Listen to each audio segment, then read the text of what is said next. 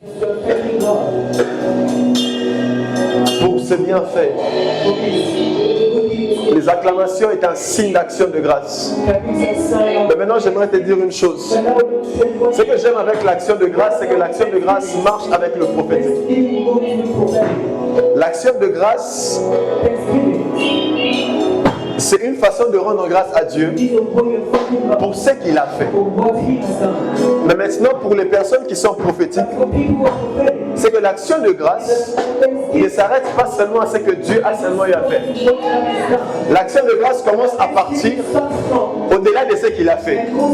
Donc tu acclames Dieu pour ce qu'il a fait, pour ce qu'il sera en train de faire encore. Maintenant, j'aimerais que tu acclames Dieu. Pas seulement pour ce qu'il a déjà fait, pas pour ce qu'il fait, mais aussi pour ce qu'il va faire. Mais aussi pour ce qu'il va faire. Voilà ce que je veux acclamer. Les gens qui sont prophétiques ont les yeux fermés. Et ils sont en train de réaliser. Maintenant tu réalises. Tu réalises les finances que Dieu a déjà pour toi. Tu n'as pas encore vu ça. Mais tu acclames. Tu portes le mot de ce que ça veut dire. Dieu a dit que tu seras la tête et non la tête. Mais dans ce que tu fais, tu n'es pas encore la tête. Pendant que tu acclames, tu te vois déjà la tête. Mais est-ce que nous sommes en train de parler à quelqu'un? Si tu bénis de l'action de grâce à ce que Dieu a fait, et que tu ne permets pas de le faire encore. Maintenant, je veux que tu agrandisses, que tu élargisses, l'espace. Dieu va encore faire de grandes choses de ta vie. Peut-être peut élargir. Dieu, tu m'as promis la bonne santé. Mais je t'acclame pour la bonne santé de nos futurs enfants. Mais Dieu, tu m'as promis la richesse. Je t'acclame pour la richesse que tu donnes aussi à mes frères et sœurs et à ma descendance. Oh my God. Que Dieu soit loué. Que Dieu soit loué. Que Dieu soit loué, Seigneur. Tant que moi je respire, je ne manquerai pas à célébrer Dieu. Alléluia. Alléluia. Alléluia. Je rends grâce à Dieu pour la vie de tout un chacun de vous, Seigneur. Aujourd'hui, je vais commencer par vous célébrer. Est-ce que tu peux célébrer Dieu pour ta propre vie? Pour qui tu es? Écoutez, vous savez que c'est une grâce d'être seulement au Seigneur. Ok, c'est une grâce de pouvoir mettre un vêtement à mettre. C'est une grâce d'avoir un logement. C'est une grâce d'avoir fait des paroles. C'est une grâce d'avoir tous les membres de ta famille. La seule qui perd les paroles, la seule qui perd les êtres chers de la famille. Dieu protège sa famille. Tu n'es pas spécial. Tu n'es pas spécial. Glory to Jesus. Je voudrais rendre grâce à Dieu pour le Père de la vision, l'apôtre Ledran. Est-ce qu'on peut me passer?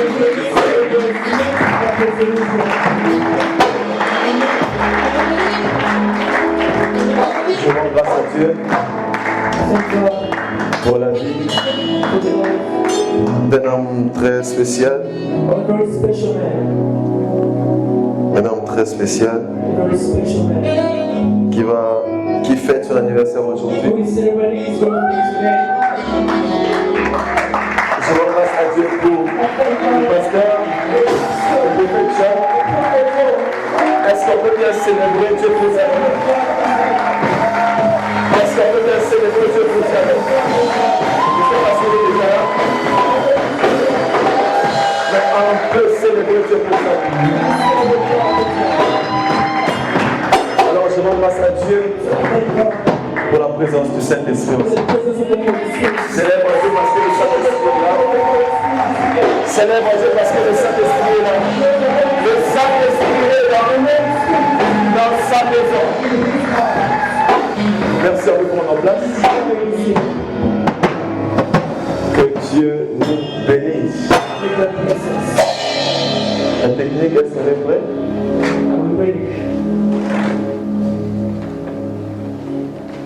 Tout ce que je faisais là, c'était pour tirer l'état.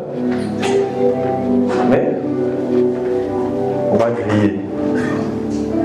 Alors je rends grâce à Dieu pour ce moment très précieux. Aujourd'hui, nous n'allons pas beaucoup parler, comme nous l'avons vu sur nos thèmes, sur nos affiches. Le thème de cet après-midi, c'est le salut. C'est le salut. Le salut. Quelqu'un peut dire avec moi le salut. Quelqu'un peut dire avec moi le salut.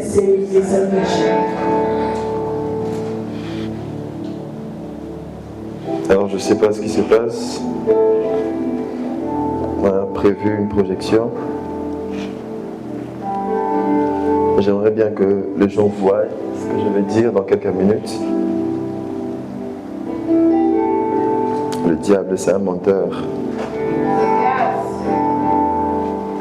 Alors, nous allons commencer. Ça sera sous une forme de questions. On a plusieurs questions que nous nous posons. Plusieurs questions que nous nous posons sur le salut. Plusieurs questions que nous nous posons sur le salut. Premièrement, c'est quoi le salut? Peut-on perdre le salut? C'est quoi encore lorsqu'on parle du salut? Pourquoi devons-nous parler du salut? Quelle est la portée spirituelle de ce mot? C'est juste une salutation ou bien? Je me rappelle à l'époque lorsqu'on parlait du salut, je pensais que c'était le fait de saluer. On dit salut.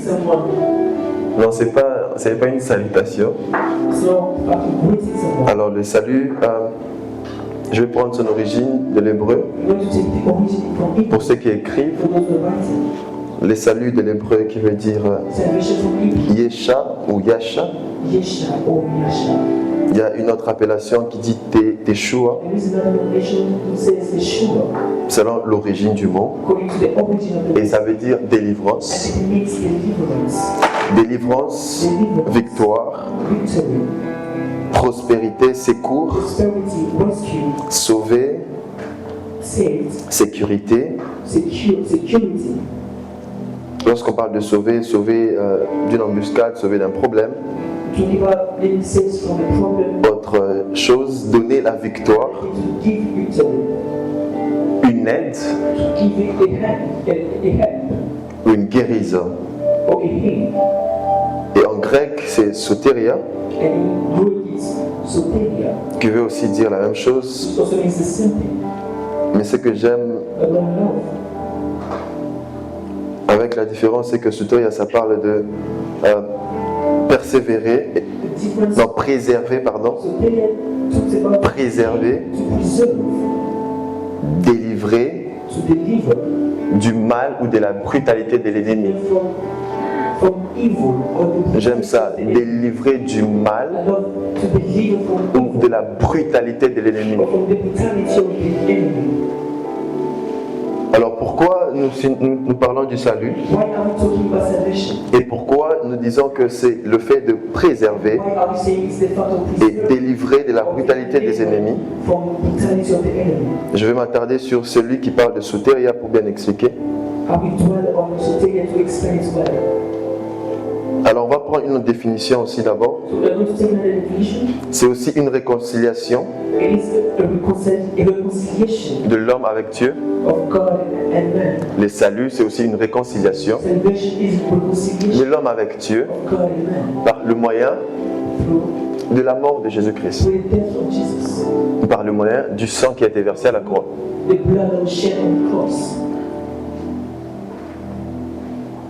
Alors la deuxième question que nous nous posons, de quoi nous sommes sauvés? De quoi nous sommes sauvés?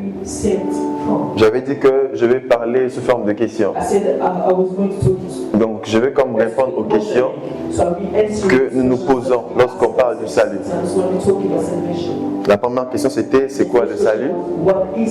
Et j'ai donné les origines. Et la deuxième question c'est de quoi nous sommes sauvés?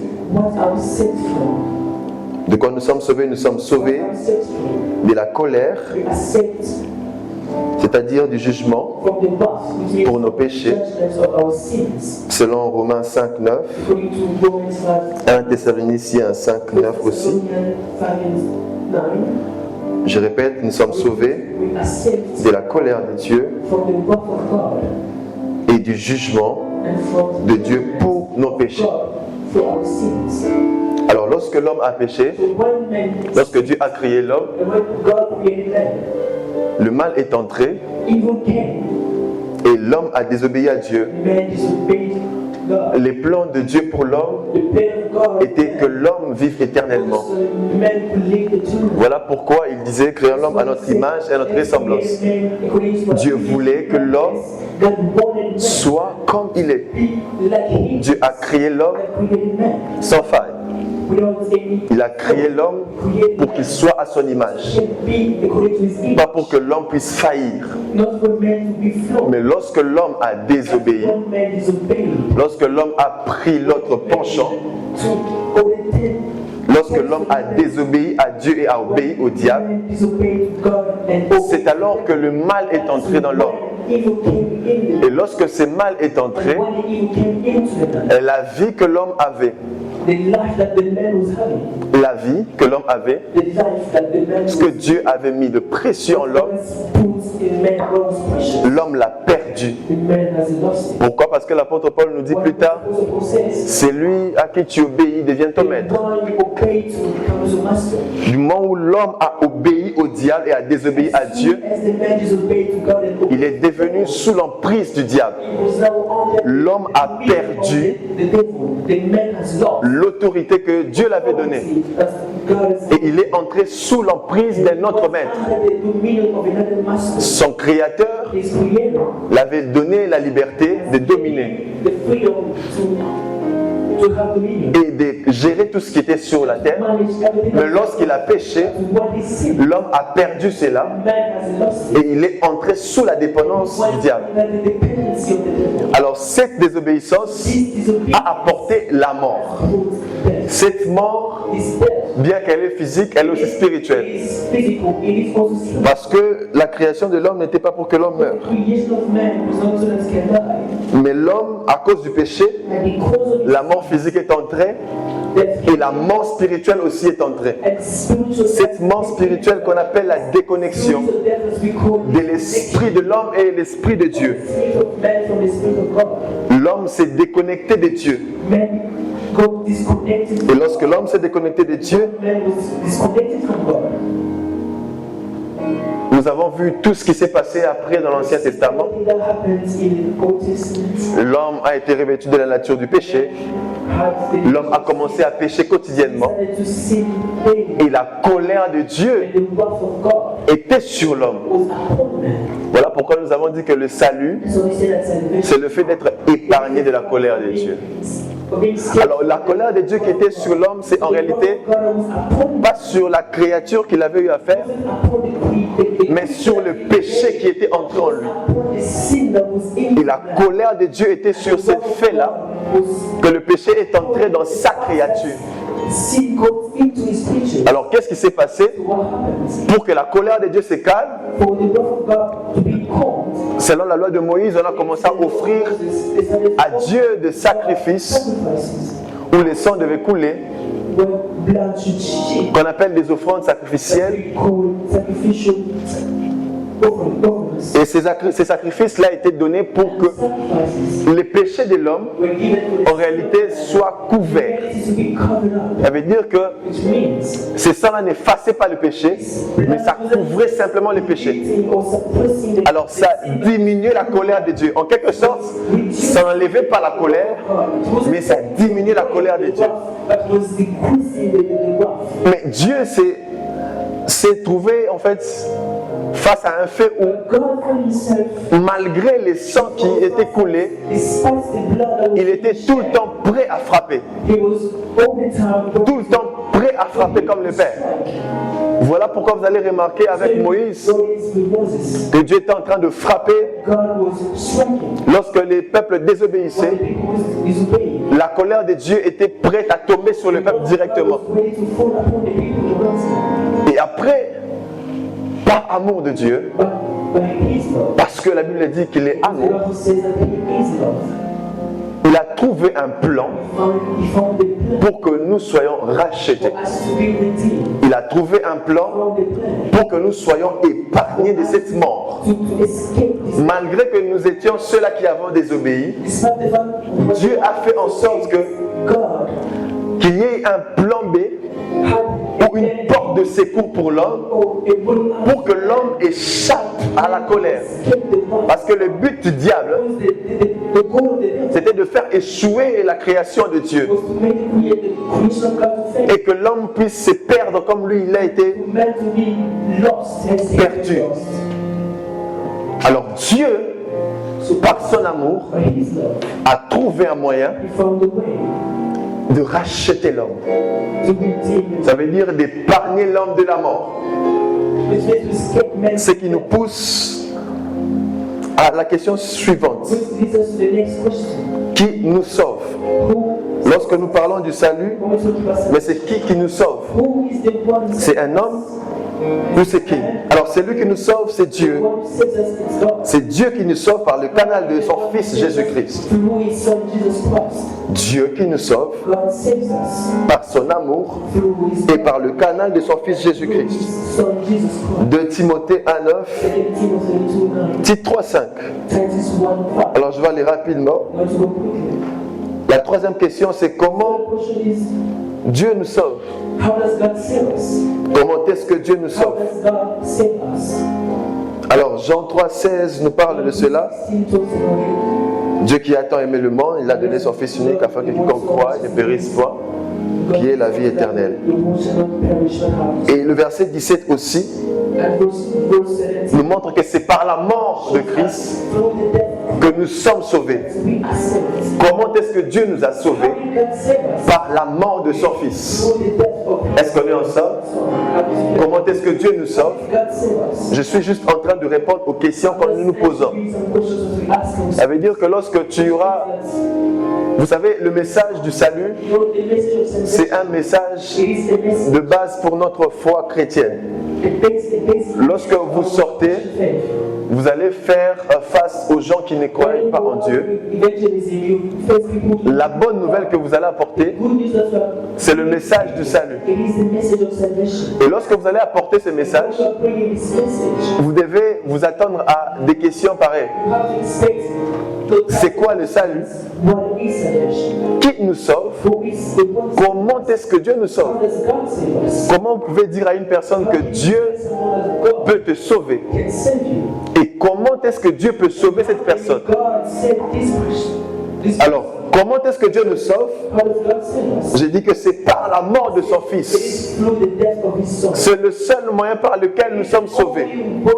Il est impossible que quelqu'un te dise qu'il a été sauvé sans pour autant passer par Christ.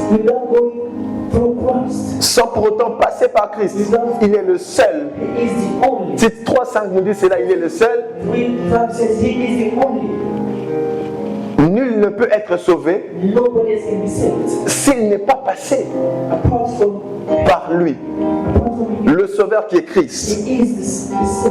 Et Dieu nous sauve en donnant son Fils. Et cet acte a été posé une seule fois. Et il s'agit simplement pour nous de croire et d'accepter. Croire, c'est-à-dire reconnaître premièrement que je suis égaré de Dieu. Commencez par reconnaître que dans ce monde, sans Dieu, je ne suis rien. Et je ne peux pas continuer sans Dieu. Et lorsque je me rends compte que je ne peux pas continuer sans Dieu, c'est là que je prends l'importance de l'œuvre de la croix et je l'accepte. Parce que c'est la seule œuvre qui peut te sauver. C'est la seule œuvre qui peut te redonner l'accès. Et c'est cette œuvre qui te fait échapper de la colère de Dieu. Parce que croyez-moi, la colère de Dieu, le but de Dieu, ce n'est pas que sa colère tombe sur toi. Mais le but de Dieu, c'est que sa colère tombe sur le péché, le mal qui est entré. Voilà pourquoi Dieu va tout détruire après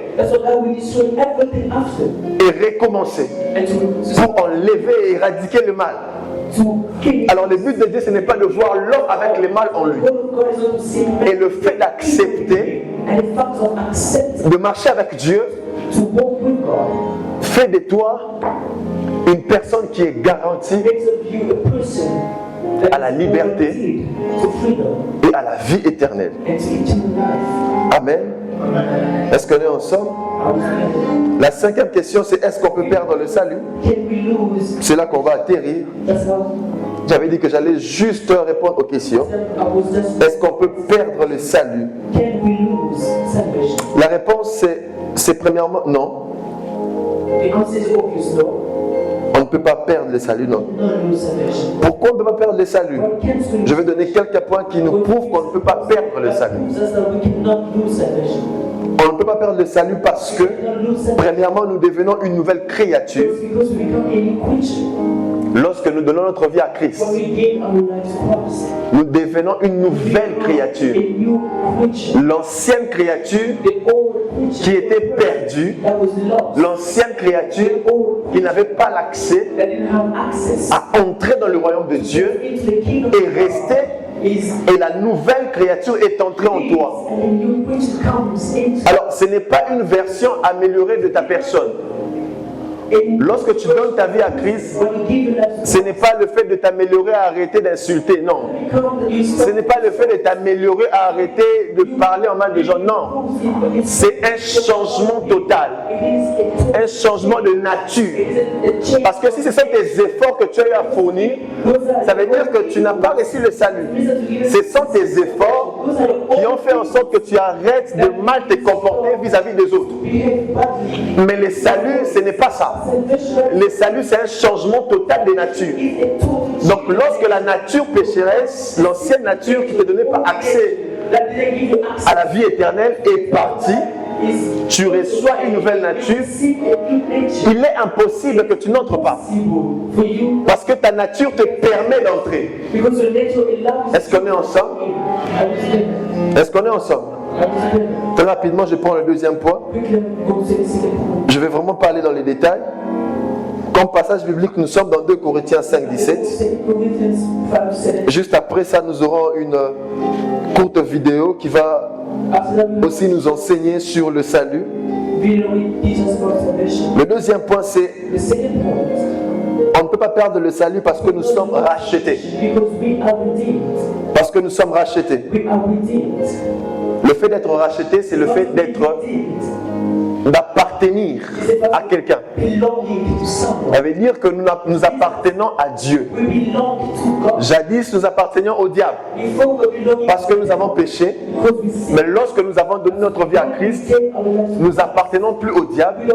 Nous appartenons maintenant à Dieu. Il n'y a aucune puissance qui peut venir t'arracher de la main de Dieu. La Bible dit qu'il n'y a aucune puissance qui peut arracher l'homme de la vie éternelle que Dieu accorde à l'homme. Amen. On peut voir ça dans 1 Pierre 1, 18 à 19.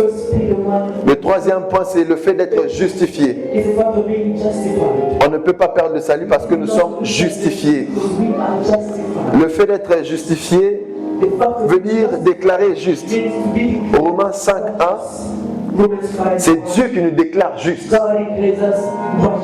C'est lui seul qui permet à quelqu'un d'entrer ou de ne pas entrer. Alors, c'est lui qui se tient à la porte tant qu'il t'a justifié et il t'a déclaré juste. Ça veut dire qu'il n'y a rien qui peut t'empêcher d'entrer. Il n'y a rien qui peut t'empêcher d'entrer. Donc, s'il y avait une chose qui t'empêchait d'entrer auparavant, je vais donner un exemple. Nous avons des protocoles qui sont à la porte. Lorsque vous venez à l'église, ces protocoles-là vous donnent accès d'entrer dans cette salle. Alors, si le protocole a reçu un mot d'ordre de ne pas vous laisser entrer dans cette pièce, vous ne pouvez pas entrer, quitter là-bas et venir ici. Maintenant, c'est lui qui donne le mot d'ordre pour laisser les gens entrer là-bas. Supposons que c'est Dieu. Maintenant, c'est Dieu là qui te laisse l'accès d'entrer en ces lieux qui est le royaume des cieux. T'a déjà justifié. Ça veut dire qu'il t'a rendu juste. Voilà pourquoi la Bible dit que sur la croix, tous les actes dont les ordonnances nous condamnaient ont été brisés. Ça veut dire qu'il nous a donné accès à entrer maintenant dans son royaume. Ça veut dire qu'il n'y a aucune personne, aucune parole, aucune condamnation, aucun péché que tu peux faire ne peut t'interdire d'avoir accès au royaume de Dieu. Parce que c'est lui qui est roi dans ce royaume, t'a déjà déclaré juste. Je ne sais pas si on est ensemble. C'est lui qui est le roi dans ce royaume, me déclare juste. Ça veut dire que peu importe les impressions que vous avez de moi, peu importe l'ancienne image que vous avez de moi, ça ne permet pas, ça ne permettra pas de rater mon ciel. Ça ne permettra pas de rater le salut. Pourquoi? Parce que c'est lui qui est roi dans le royaume où j'appartiens, m'a déjà justifié. Est-ce qu'on est ensemble? Celui qui est le roi t'a justifié. T'a justifié. Je me rappelle à l'époque lorsque nous étions à la classe des enseignants, et le pasteur Olivier nous a posé la question, c'est quoi le fait d'être justifié? Je me rappelle encore, il y avait des réponses. On essayait de répondre d'une certaine manière. Je ne sais pas, président, vous vous rappelez? C'était une question simple. En fait, on s'embrouillait tellement qu'on cherchait des phrases pour expliquer le fait d'être justifié. Et après, je me suis rendu compte que la réponse n'est même pas un paragraphe. Nous sommes justifiés parce qu'il y a un Dieu qui nous a rendus justes. Il y a un Dieu qui a enlevé toute condamnation sur notre vie. Simplement. Ça veut dire que tout le mal que vous voyez, vous étiez en train de voir en moi, dans le passé, ces choses n'existent plus dès lors que j'accepte Christ. Le jour où je dis c'est mon Seigneur, de tout mon cœur, je t'accepte et je vais marcher avec toi. Écoute, le sang de l'agneau est tellement puissant. La Bible dit que c'était le sang qui a été, disons, il était le seul qui a été trouvé digne sur la terre, sous la terre et dans les cieux. Si cet homme a été trouvé digne partout sur la terre, ça veut dire que son sang est le sang le plus parfait. Alors, pendant que le sang des agneaux pouvait que couvrir le péché, et la colère de Dieu pouvait revenir après, il y a eu une œuvre parfaite qu'on appelle l'œuvre de la croix qui devait remplacer cette ombre de choses à venir. qui était le fait de tuer simplement des agneaux. Lorsque cet agneau est venu, cet agneau que je parle, il marche. Parce que ce jour-là, Jean pouvait regarder et il dit, voici l'agneau de Dieu. Mais il ne voyait pas un agneau, il voyait un homme qui marchait. Cet homme marchait, venait vers lui. Et il dit, voici l'agneau de Dieu qui ôte le péché du monde. Il n'a pas parlé des péchés, mais il parlait du péché du monde. Le péché qui ne pouvait être enlevé, le péché qui pouvait être ôté. Parce qu'il y avait un premier homme qui a introduit ce péché. Maintenant, il a fallu un autre homme, qu'on appelle le second Adam, qui devait aussi enlever, que Dieu m'aide à partager ce message, qui devait aussi enlever ce péché. Ça ne devait pas être un animal, ça devait être un homme. Ça devait être un homme. Mais Jean, lorsqu'il voit cet homme, il dit pas regardez cet homme. Non. Il dit voici l'agneau de Dieu. Parce qu'à l'époque, vous avez l'habitude de tuer les agneaux. Les agneaux que vous étiez en train de tuer étaient des agneaux des hommes. Chaque famille apportait un bouc. Et après, le sacrificateur va tuer. Et on va verser le sang. Et le péché sera couvert. Mais lorsque lui il est venu, il était important de préciser que celui-ci est l'agneau de Dieu. L'agneau de Dieu. Ce que j'aime avec l'agneau de Dieu, c'est que c'est toujours un plan que Dieu a pour nous. Il y a toujours un plan que Dieu a pour nous. Oh. Peut-être que ce soir, tu te poses des questions. Comment est-ce que je veux faire pour que ma vie change? Comment est-ce que je veux faire pour que mon nom change? Mon nom était sali de partout. Peut-être ici à Chypre, tout le monde me connaissait d'une certaine manière. Peut-être au pays là-bas, on me connaissait d'une certaine manière. Mais il y avait une chose, c'est que lorsque Dieu a demandé à Abraham de donner Isaac, Abraham ne s'est pas posé mille et une questions. Il a dit, bon, je dois aller offrir Isaac. Mais lorsqu'il arrive au bas de la montagne, il dit aux disciples de rester. Parce que ce qu'il allait faire, peut-être que les disciples allaient empêcher. Il y a ces moments où tu veux donner ta vie à Christ. Il y a l'entourage qui te dit, mais toi, tu étais bien ici. Tu faisais bien les choses ici. Arrête tes histoires là de l'église, ça va t'apporter, ça va t'emmener nulle part. Écoute, tu es bien dans ce monde. D'ailleurs, tu as tout. Mais pourquoi? Mais Abraham avait compris. Il a dit que ces gens ici pourront m'empêcher de faire ce que Dieu m'a dit de faire.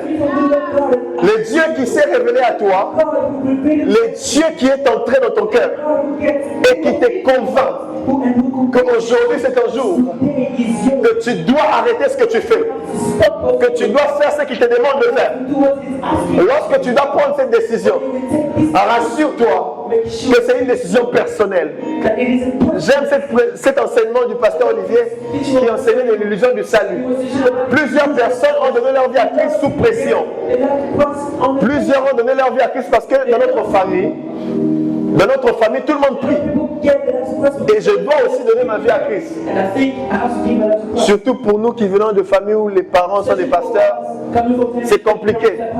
Tu as comme l'impression que c'est... Donc, tu as un chemin tracé là comme ça. Mais en fait, lorsque tu prends ces décisions, ça ne doit pas être avec toutes les personnes qui t'accompagnent. Cette décision n'est pas une décision qui doit être poussée par une masse ou une foule de personnes. Cette décision ne doit pas être une décision qui doit être conduite par une pression. Ce n'est pas une pression qu'on te fait, non. Ça doit être une décision personnelle. Où tu vas même trouver des techniques. Tu vas même essayer d'éloigner les gens qui vont t'empêcher. Abraham a même trouvé une technique. Et il n'a même pas annoncé à sa propre femme.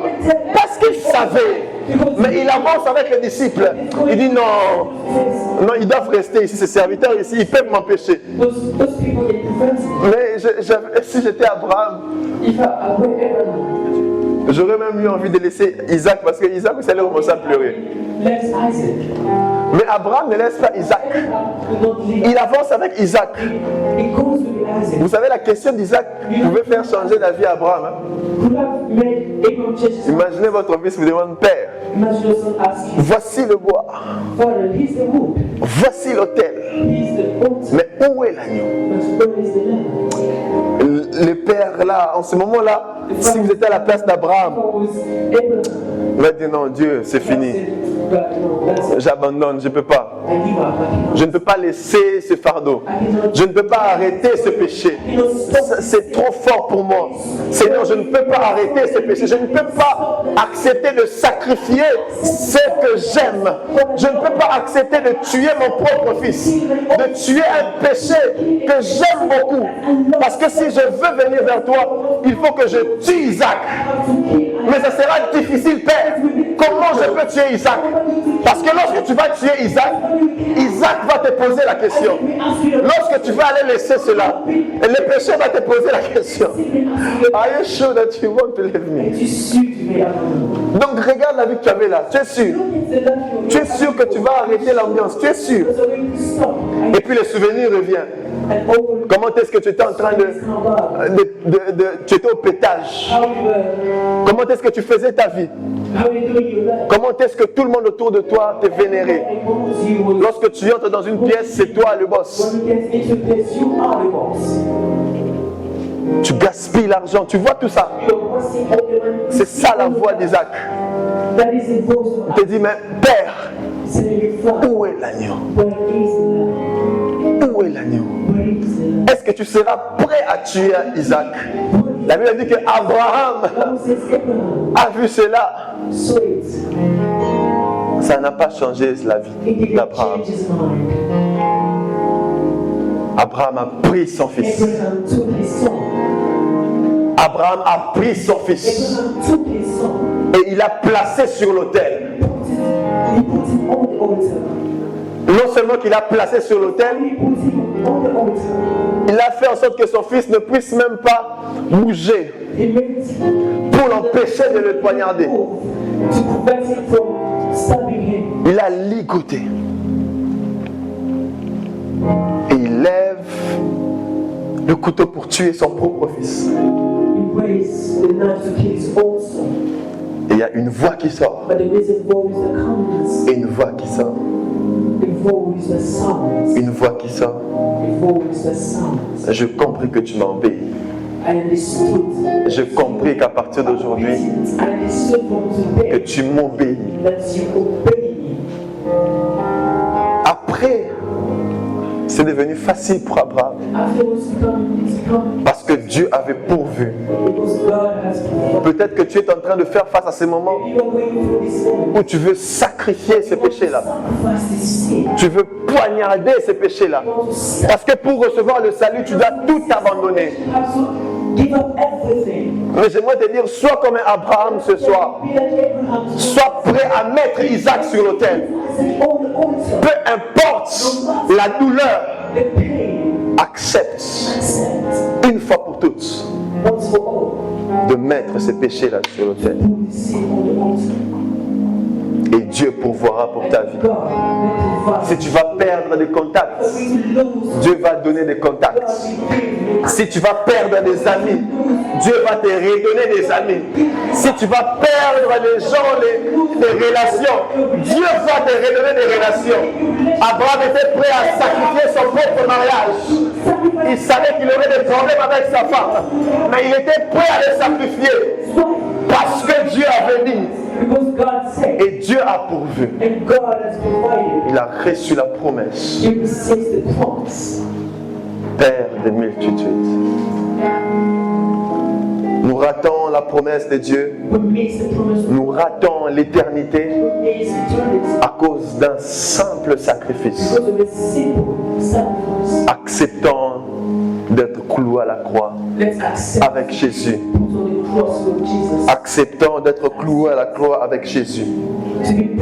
accepte ce soir d'être cloué à la croix avec Jésus. Donner sa vie à Christ aussi, être cloué avec lui sur la croix. Que les anciennes choses restent. Pas seulement que ça reste, mais ces anciennes choses doivent mourir. Parce que lorsque c'est mort, ça ne va plus revenir. Ça ne va plus revenir. Et lorsque tu fais semblant de regarder à côté, avant que Dieu ne te dise quoi, tu vas trouver le bélier à ta manière. Dieu ne t'a rien dit. Tu crées ton propre plan B. Non, le salut ne doit pas être sous pression. Ce soir, j'aimerais dire à quelqu'un, on ne donne pas sa vie à Christ parce qu'on nous a donné une pression, parce qu'on nous a appelés à le faire. Mais on donne notre vie à Christ parce que nous l'acceptons comme notre Seigneur et Sauveur. Comme notre Seigneur et Sauveur. Est-ce que quelqu'un peut acclamer pour Jésus? Acclamer pour Jésus. Acclamer pour Jésus. Celui qui m'a sauvé. Celui qui t'a sauvé. Il est capable de te sauver ce soir. Il est capable de te sauver ce soir. Il est capable de te sauver ce soir. Si tu n'as pas encore donné ta vie à Christ, toi qui es ici en ligne, partout où vous nous suivez, Dieu est capable de changer ton identité. Il est capable de donner la richesse céleste. N'aie pas peur de perdre les gens autour de toi. Car la gloire à venir est plus grande que celle que tu vas perdre ici sur terre. Salomon était un homme qui avait tout sur la terre. Mais lorsqu'il s'est rendu compte que malgré qu'il avait 1000 femmes, malgré qu'il avait toute la sagesse, toute la richesse, il est dommé de toutes sortes de publicité. Il a dit vanité de vanité. Tu vas te rendre compte qu'au final, que ces choses passeront. Mais la parole de Dieu restera éternelle. Restera éternelle. Le salut est un don irrévocable. Un don irrévocable. C'est un don de Dieu qui ne peut pas revenir en arrière. Pourquoi tu ne peux pas perdre le salut? Parce que c'est un don irrévocable. C'est un don irrévocable. Le salut, le don de Dieu, qui est le salut, ne revient pas en arrière. Ne revient pas en arrière. C'est un don irrévocable. Romains 11, 29 nous dit cela. Romains 11, 29. Et j'aime aussi ce que la Bible dit dans Tite 1. Il n'est pas un homme pour mentir, ni un fils de l'homme pour se repentir. Si Dieu l'a dit, que le salut est un don irrévocable, ça veut dire que tu ne peux pas perdre le salut. Tu ne peux pas perdre le salut. Tu ne peux pas perdre le salut. Alors je vais nous laisser avec deux questions. Je ne sais pas si c'est bon, on peut. Ok. Je vais vous laisser avec deux questions et puis on va suivre la vidéo qui nous parle du salut. Il y a un message très profond là-bas. Alors cette question c'est, qu'en est-il de chrétiens qui vivent dans le péché sans se repentir? Si le salut est irrévocable, qu'en est-il de chrétiens qui vivent dans le péché sans se repentir? Là, c'est une question que je laisse à l'Assemblée. Et qu'en est-il de chrétiens qui renient leur foi en Christ? Alors, que Dieu nous bénisse abondamment. Est-ce que tu peux célébrer Jésus-Christ?